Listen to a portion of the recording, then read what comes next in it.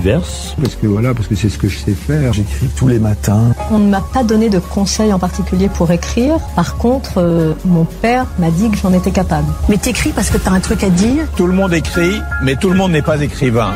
Pourquoi le devient-on? Comment le devient-on? D'où vient l'inspiration? Écrivain, écrivaine. Le point littéraire, Jean-Jacques Foucault. On connaît les écrivains à travers leurs œuvres, mais connaît-on leur univers?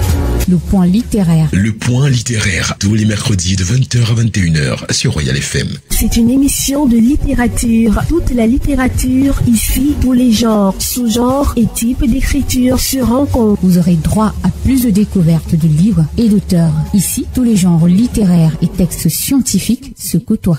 Le point littéraire, tous les mercredis de 20h à 21h. Prenez le rendez-vous avec Jean-Jacques Foucault.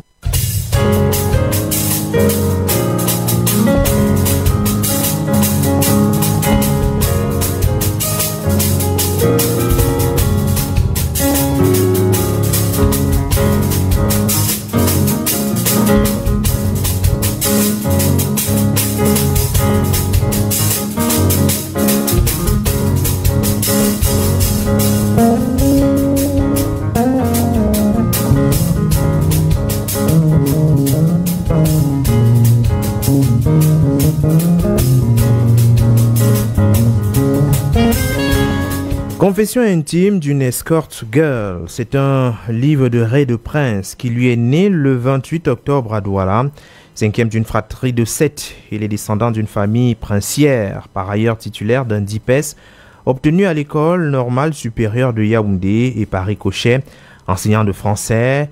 Il est en plus titulaire de 2 licences, dont une bilingue et une en lettres modernes françaises. Aussi est-il membre de la Jeune Plume, une association d'écrivains africains dont il est actuel président. Et bien, Confession intime d'une escort girl est son tout premier roman.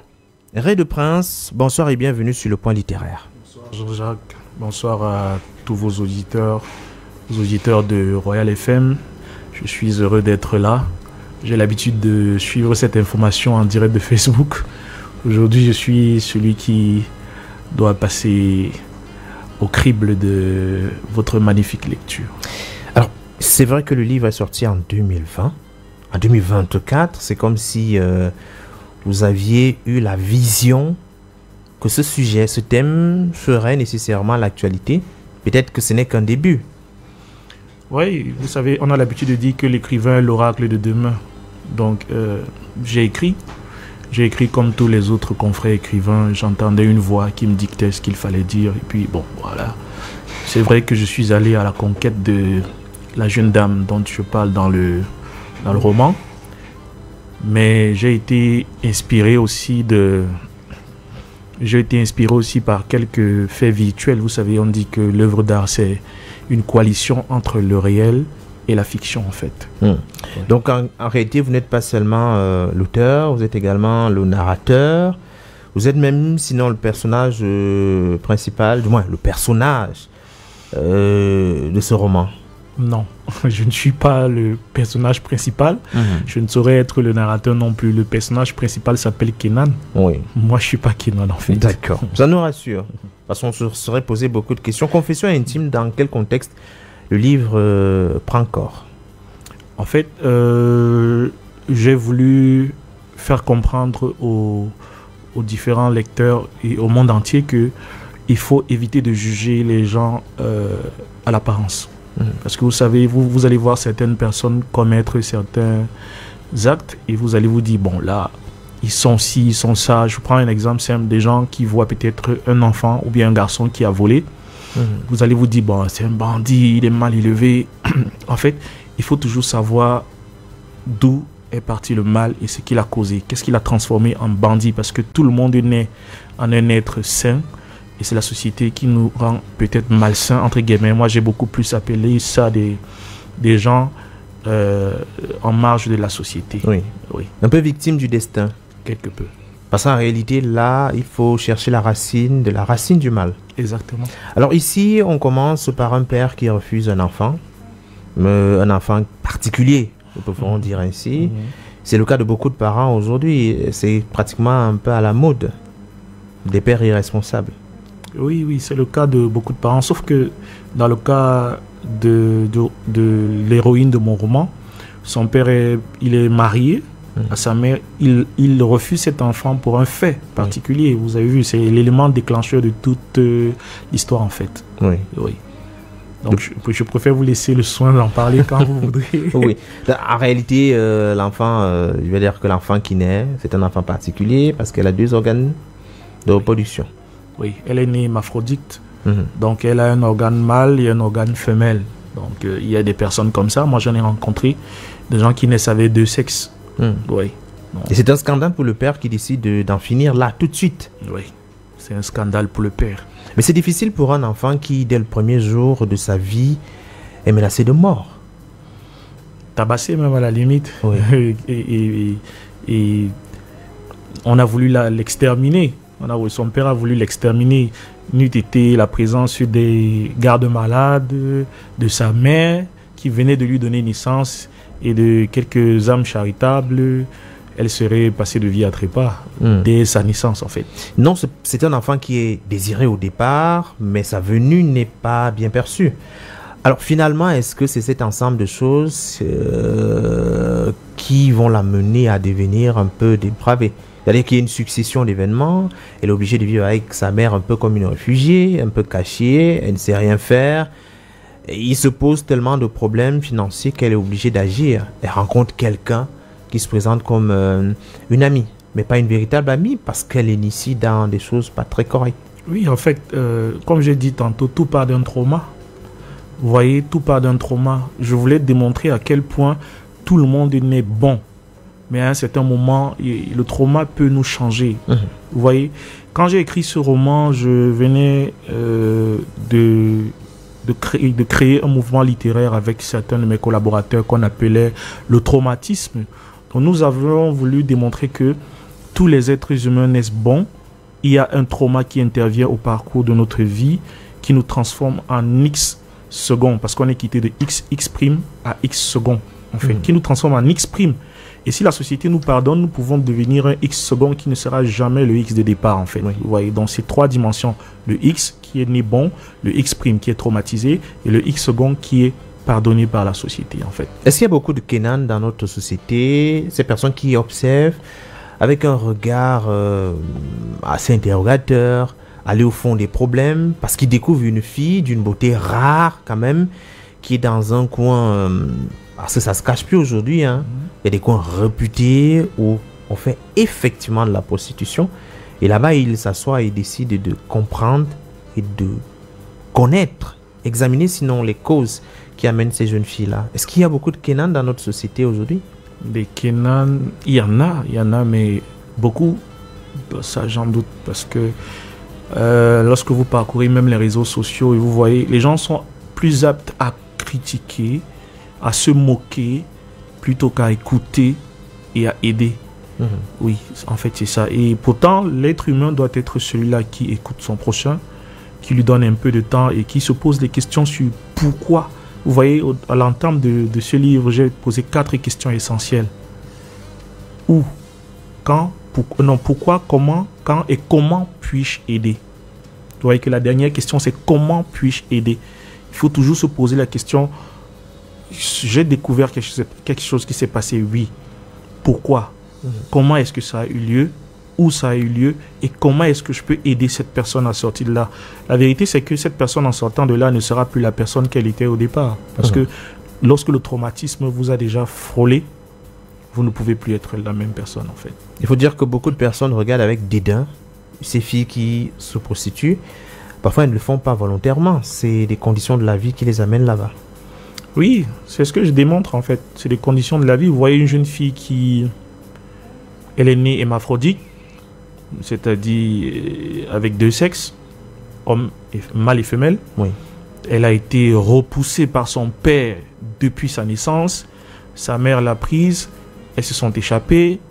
Elles sont allées vivre dans des conditions assez terribles. Malgré tout ça, elle se fait violer à plusieurs reprises. À 2 reprises par 6 personnes en un soir. Vous pouvez imaginer tout ce traumatisme. C'est une déchirure. Hein, c'est une grosse déchirure, en fait. C'est une grosse déchirure. La seule personne qui était comme le bienfaiteur pour eux, paient l'âme. Et elles vont, chaque fois que sa vie fait semblant de s'améliorer, il y a toujours quelque chose qui vient gâter. Il y a toujours quelque chose qui vient...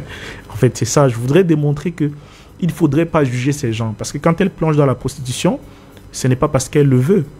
Je crois que vous avez découvert qu'à un certain moment, elle a même voulu en sortir.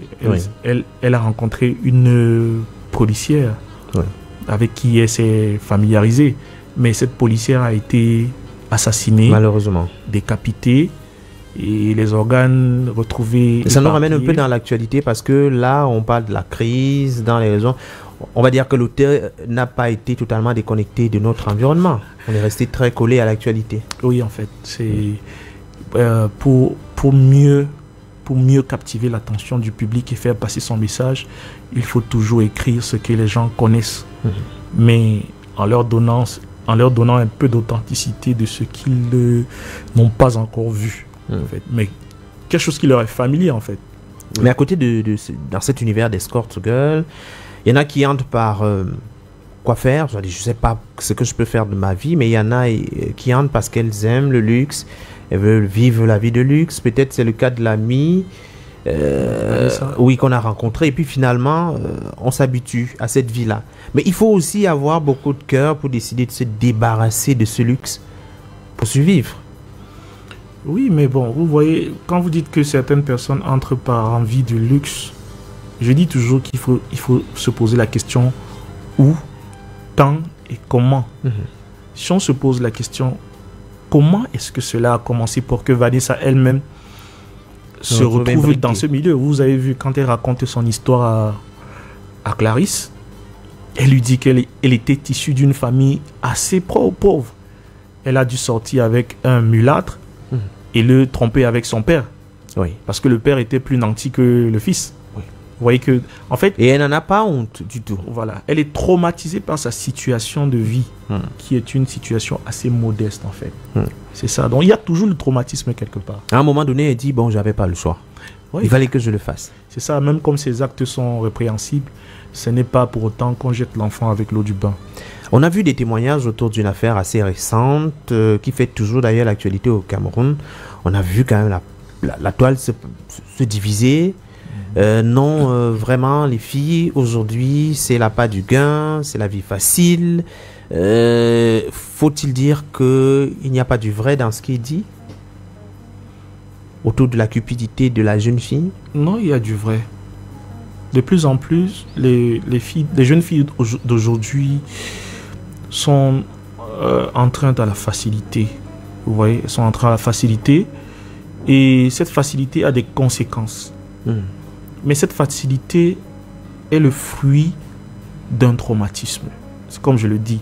Et c'est pas pour autant qu'on va aider X ou Y à sortir d'une situation qu'on ne va pas blâmer son attitude. Parce que blâmer aussi constitue une part d'amour, en fait. Oui. La preuve, on dit qui aime bien châtie bien. Oui. Donc si vous blâmez une personne qui s'est laissée prendre par une personne véreuse, c'est pas que vous détestez la personne, non, c'est juste que vous voulez sensibiliser la personne, vous l'aimez même assez, afin qu'elle comprenne mieux de ne pas replonger dans ses travers à l'avenir, et vous profitez de l'occasion pour sensibiliser aussi ceux ou celles qui ne sont pas encore tombés dans ces travers et qui avaient l'intention, qui seraient tentés d'amorcer cette marche-là. Est-ce que finalement les escort girls ne sont pas des victimes d'une société qui peut paraître injuste vis-à-vis de leur famille, vis-à-vis de leur destinée, de leur destin? Est-ce que celles-là ne sont pas des victimes d'une société qui va mal? Si elles sont victimes, les escort girls sont victimes. Vous voyez, quand vous faites un petit tour ici à Miniferme, tout à côté, c'est hallucinant. Quand j'étais encore en formation à l'école normale ici, je vivais à Polytech et il m'arrivait des soirs de sortie pour me promener. Et je partais à Miniferme regarder. Juste regarder? Regarder, non. J'aime bien regarder. C'est parce que ça m'inspire. Vous savez, l'écrivain, il est tenté par le surréel, parce que les autres voient comme inaccessible, comme quelque chose de laid, quoi. L'écrivain, il trouve toujours de la beauté dans la laideur. Donc j'allais faire quelques tours là et puis je me familiarisais avec ces filles-là et j'essayais de comprendre qu'est-ce qui se passe concrètement dans leur vie. Vous allez voir, c'est des jeunes gamines. Il y a des filles de 18 ans, des filles de 15 ans. Même de 12 ans. Des fois de 12 ans. Et cette période-là, c'était beaucoup plus des anglophones. La chance, c'est que je m'exprime parfaitement dans les deux langues. Donc, j'avais l'opportunité de discuter avec quelques-unes d'entre elles qui me faisaient savoir que la crise les avait obligées à se retrouver là. Vous voyez, du jour au lendemain, vous n'avez pas cherché la guerre. La guerre est venue vous trouver et vous êtes obligé de vous déporter. Et vous arrivez quelque part où vous ne connaissez personne. Vous devez survivre. Et vous devez survivre. Oui. Est-ce aussi à côté de la société qui peut rendre ces jeunes demoiselles comme des victimes, est-ce qu'il n'y a pas la famille? La famille. Avoir des enfants à tout prix, un enfant c'est un projet. Est-ce que si on n'a pas les moyens, il faut en faire quand même? Quand je dis les moyens, pas nécessairement financiers, mais les moyens de suivre un enfant. Oui, les moyens. Dans les moyens, il y a beaucoup de... C'est un champ qui est très large. Il y a même la volonté. Parce que le principal moyen pour l'éducation d'un enfant, c'est la volonté. Moi, je connais des gens qui vivent un peu bien aujourd'hui, mais qui ne prennent pas soin de leurs enfants. Moi, je connais des gens qui ne vivent pas assez bien, mais qui prennent soin de leurs enfants. Vous voyez, tout part de la volonté. Et ce que je voudrais dire, en fait, c'est que l'enfant est une richesse. L'enfant est une richesse qu'il arrive de façon inopportune, je veux dire inopinée, ou de façon voulue, on a le devoir de l'encadrer. Oui, on a ce devoir de l'encadrer et aucune personne n'aimerait voir son enfant se perdre.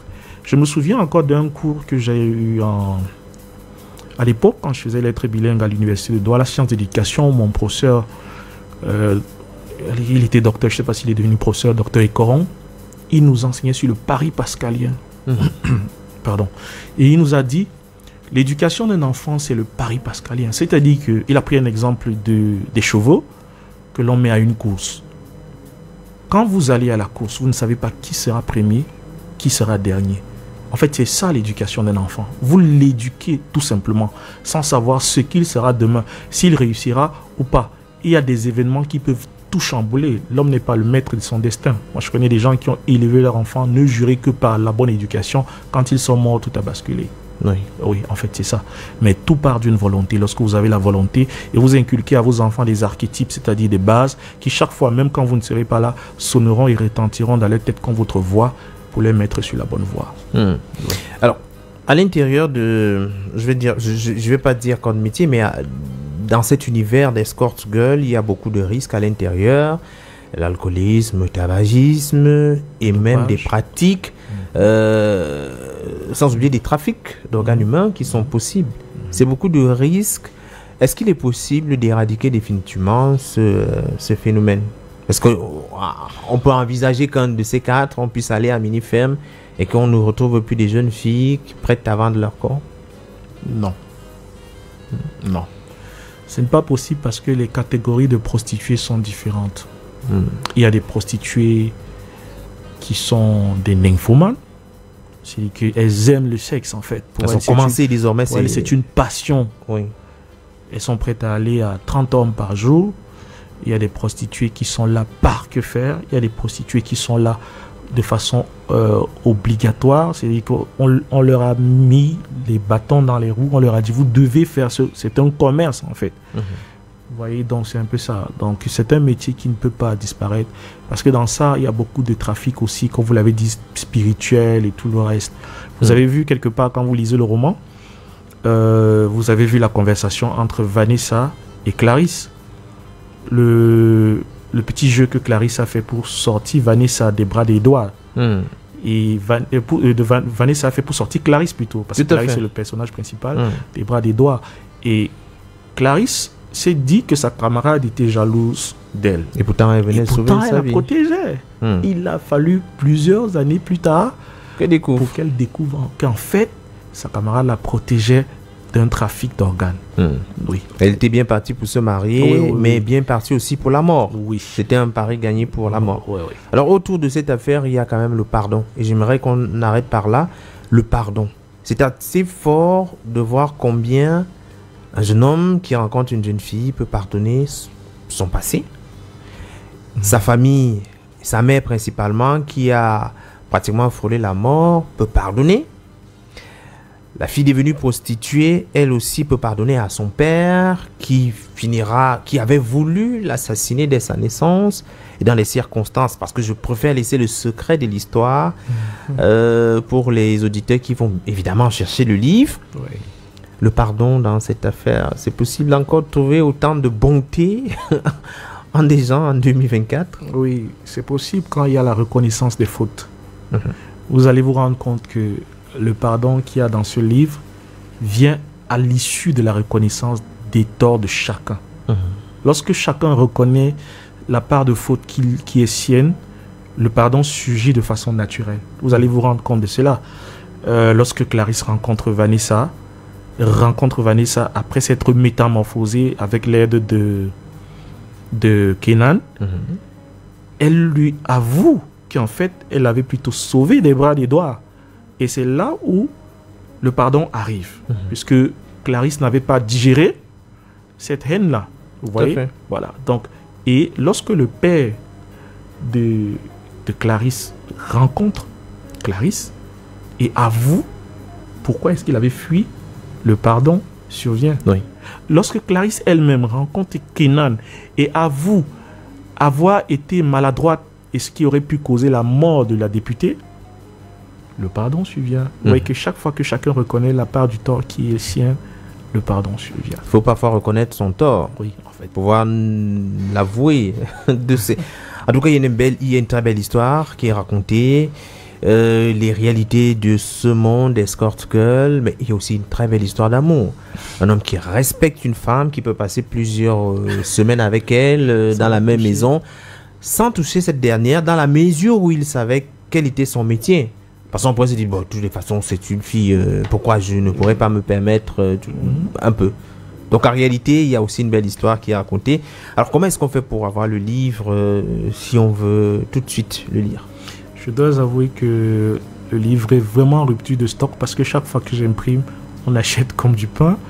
Donc, mais si les gens, les uns et les autres veulent l'avoir, il est disponible. Pour ceux qui ne sont pas au pays, vous pouvez l'avoir sur les plateformes. Il suffit de taper Confession intime d'une escort girl sur la barre de recherche Google. Vous allez avoir tous les liens où le livre est disponible. Pour ceux qui veulent l'avoir au Cameroun, vous n'avez qu'à m'appeler au 693 59 59 50. Vous reprenez le numéro là parce que les gens nous appellent par notre numéro. Reprenez le bon numéro. 693 59 59 encore 50. Peut-être un dernier mot pour la jeunesse avant de partir. Un dernier mot pour la jeunesse, Celle qui est tentée par ce type d'activité. Oui. Celles qui sont sur TikTok en espérant rencontrer. Je dirais aux jeunes que on est jeune, mais pas pour toute la vie. Et que tout ce qu'on fait hier finit toujours par nous retrouver demain. Et que notre avenir se construit sur notre passé. En mettant les pieds, sachez où vous allez. Parce que rien ne se perd, tout se conserve, même vos bêtises vous rattrapent. Merci Henri de Prince d'être passé à la radio, d'avoir échangé avec nous dans le cadre du Point littéraire. Merci.